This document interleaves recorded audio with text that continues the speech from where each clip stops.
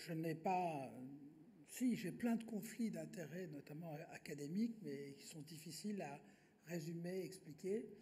Et je vais essayer d'expliquer dans les 10 minutes qui viennent pourquoi c'est compliqué.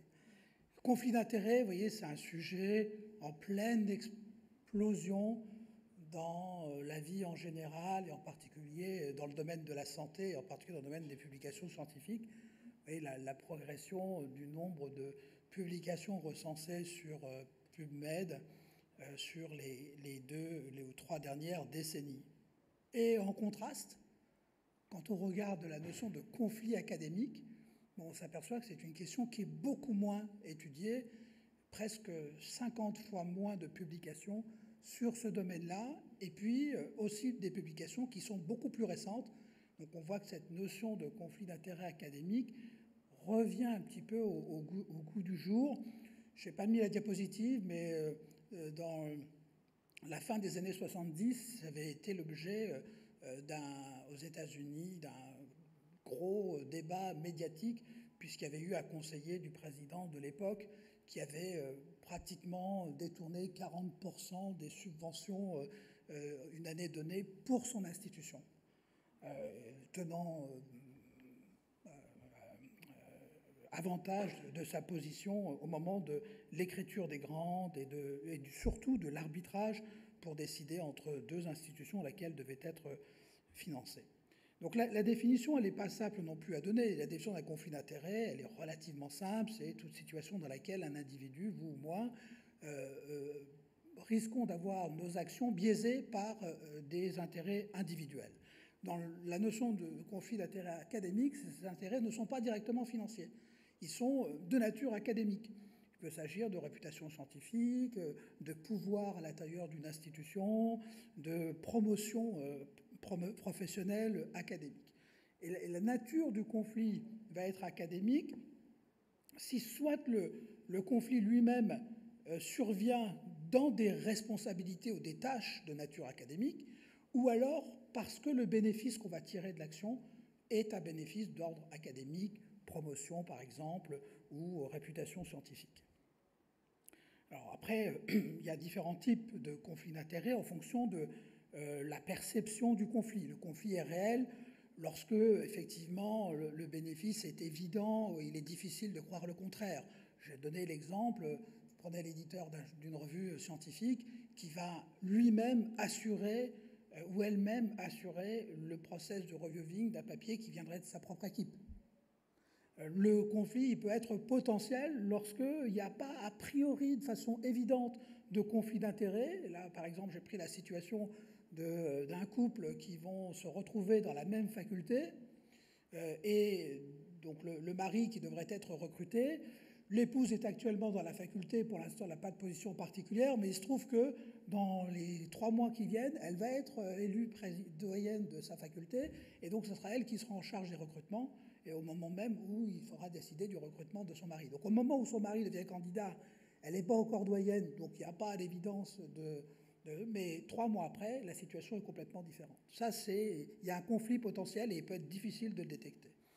Après, le conflit, il peut être apparent, académique, j'entends, lorsqu'il n'y a pas d'évidence qu'il va y avoir un bénéfice individuel direct de l'individu, mais quand même, on peut se poser la question. J'ai pris l'exemple ici de quelqu'un qui a été investigateur principal ou qui a fait toute une partie de sa carrière sur un traitement X du sepsis, par exemple, et puis qui se retrouve naturellement dans le panel qui va élaborer les recommandations cliniques.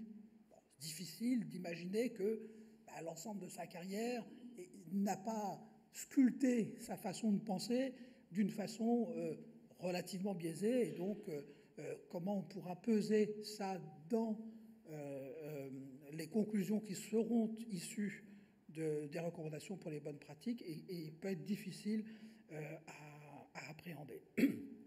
Et puis, après, il y a les conflits d'engagement, c'est un peu différent.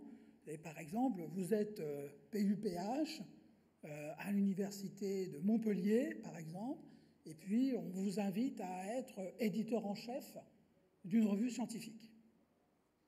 Si vous êtes éditeur en chef d'une revue scientifique, ça va vous prendre beaucoup de temps, Et ce temps, vous allez le prendre sur votre temps académique que vous devez à votre université de Montpellier. Donc là, si les choses ne sont pas faites en prenant en compte ces choses-là, on voit bien que l'université de Montpellier, elle va se retrouver lésée du fait des mesures que vous avez accepté de prendre par ailleurs. Donc vous voyez, le champ ou les champs dans lesquels peuvent survenir des conflits académiques sont assez nombreux, donc on ne va pas tous les parcourir. Je vais juste reprendre quelques exemples. Parce qu'il y a une littérature quand même qui commence à devenir assez intéressante, en particulier Gordon Goyat et son groupe qui s'intéressent beaucoup à ce sujet-là. Donc vous voyez ici, par exemple, ils se sont amusés à comparer l'impact facteur de revue en fonction que la revue ait, dans les instructions aux auteurs, une politique très claire en matière de gestion des conflits d'intérêts. Ce qui est évident déjà, c'est qu'on voit que l'impact facteur de la revue n'influence a priori pas le fait qu'on va avoir une politique très claire de gestion. Premier message. Deuxième message, autant Michael en parlera davantage, autant les conflits de nature financière sont plus souvent et assez souvent clairement explicites dans les recommandations aux auteurs, autant, vous voyez, les conflits non financiers, c'est-à-dire entre autres académiques, c'est beaucoup moins souvent qu'il y a une politique claire dans les instructions aux auteurs, et alors c'est encore moins souvent s'agissant des éditeurs eux-mêmes. C'est-à-dire que d'avoir une politique très claire en matière, pour une revue scientifique, de ses propres éditeurs en matière de gestion de leurs propres conflits d'intérêts académiques est quelque chose qui est transparent dans moins de la moitié des revues examinées dans ce travail. Et le fait que l'on ait un journal d'accès public facile n'influence pas de façon en tout cas significative le fait d'avoir davantage de déclarations ou d'avoir des politiques plus claires en matière de transparence sur les conflits d'intérêts d'origine académique. Dans le domaine de la publication des revues systématiques, c'est un domaine qui est important, notamment en matière de politique de santé, parce que très souvent, dans un nombre croissant de pays, on va s'appuyer sur ces revues systématiques sur les interventions en santé pour prendre des décisions de politique de santé. C'est un peu moins vrai en France qu'en Angleterre, par exemple, mais c'est quelque chose qui est de plus en plus prégnant aujourd'hui. On voit, vous voyez, que dans ces revues systématiques, eh bien, il y a finalement assez peu de transparence en matière de conflits d'intérêts, y compris financiers, et quasiment pas du tout pour les conflits d'intérêts de nature plutôt académique, qu'ils soient professionnels, éducatifs, intellectuels ou autres. Et en comparant justement en particulier les revues systématiques qui portent sur l'organisation des systèmes de santé, par exemple, vous voyez donc la déclaration ou la transparence en matière de conflits d'intérêts financiers, ça varie entre 15% et 60% pour les essais randomisés, donc beaucoup moins fréquent lorsqu'on a affaire à des revues systématiques qui portent sur l'organisation des systèmes de santé. Et puis quand on s'intéresse au jaune, c'est-à-dire à la transparence en matière de conflits d'intérêts académiques, on voit là que c'est très médiocre et très rare. C'est encore plus flagrant sur cette représentation graphique. Vous avez de gauche à droite en haut le fait de reporter au moins un conflit d'intérêts, quelle qu'en soit la nature. Le deuxième graphe, c'est les conflits financiers. Ensuite, c'est les conflits intellectuels, professionnels. En dessous, ce sont les conflits de son institution. Parce que son institution va avoir des potentiels bénéfices financiers ou de nature non financière. C'est flagrant. Vous voyez que à part les deux graphes du haut à gauche, où il y a une proportion assez modeste de transparence, pour tous les autres conflits d'intérêts, eh bien, c'est zéro. Donc il y a véritablement aujourd'hui un manque terrible de transparence en matière de conflits d'intérêts académiques.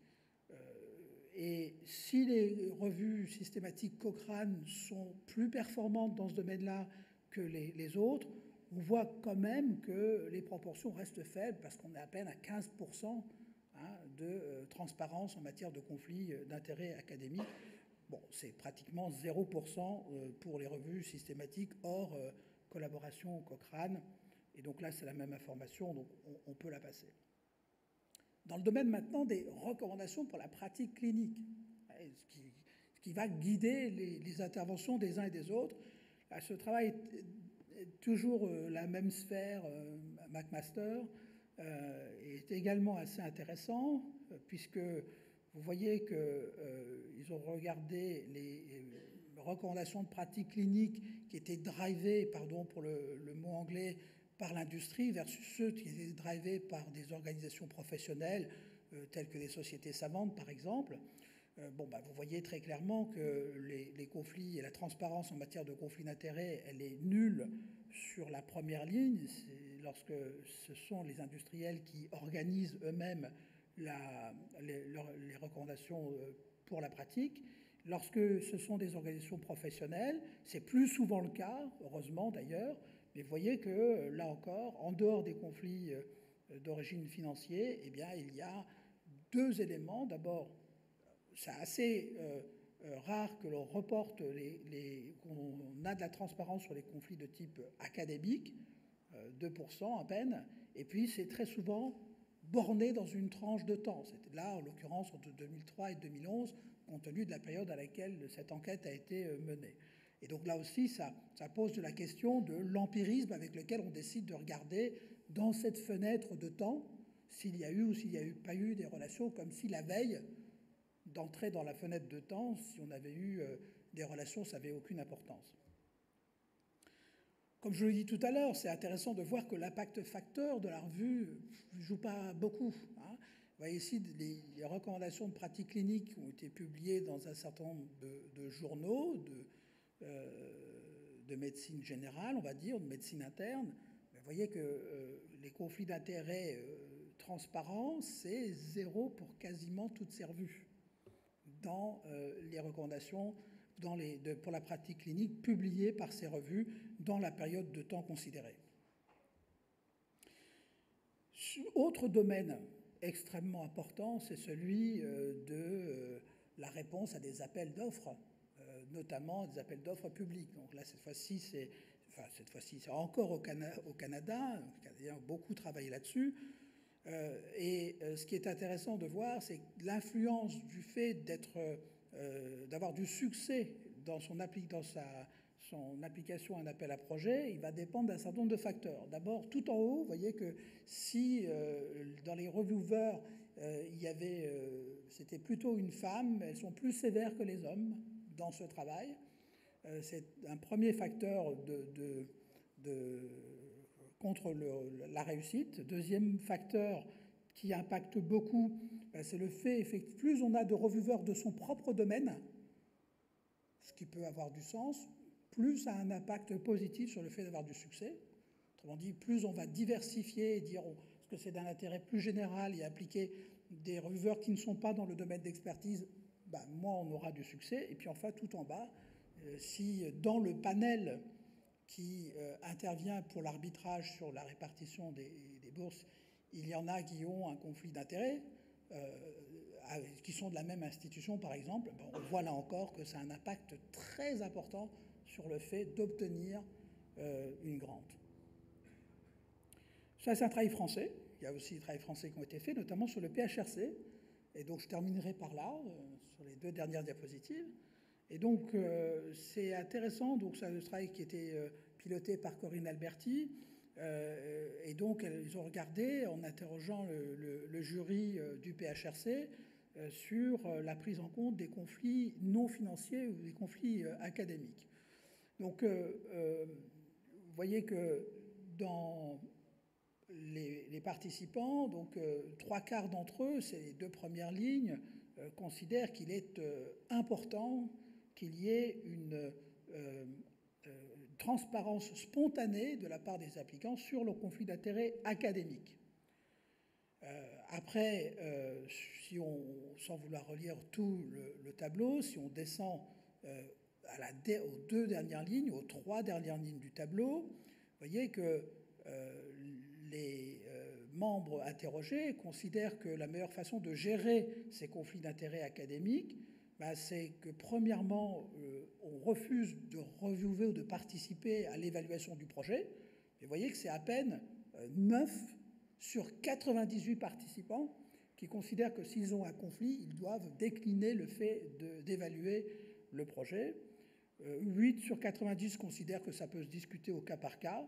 Et puis 9 considèrent qu'ils vont faire indépendamment du fait qu'ils aient un conflit d'intérêts. Et puis là, c'est intéressant de constater quand même que dans beaucoup de cas, et c'est l'une des conclusions importantes de ce travail, c'est que les personnes interrogées émettent des doutes sur la capacité à réellement gérer ce problème de conflit d'intérêts académiques, à les identifier et ensuite à en tirer les bonnes conclusions. Donc, 3 axes pour essayer de les traiter. D'abord, avant tout, l'enseignement, à tous les niveaux, dans les facultés, par les sociétés savantes, avec des outils numériques.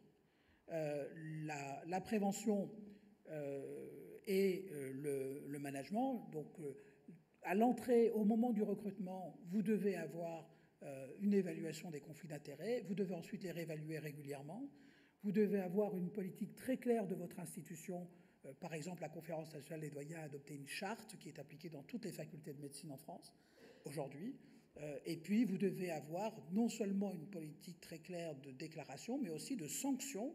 Que va faire votre institution s'il y a une violation de cette transparence en matière de conflit d'intérêts académiques? Ça doit être annoncé dès le départ et c'est un facteur, un outil qui va permettre de prévenir ces conflits d'intérêts académiques. C'est-à-dire lorsqu'on sait ce qu'on risque si on transgresse la règle, on réfléchit à 2 fois pour transgresser la règle. Voilà, désolé d'avoir été un peu trop long.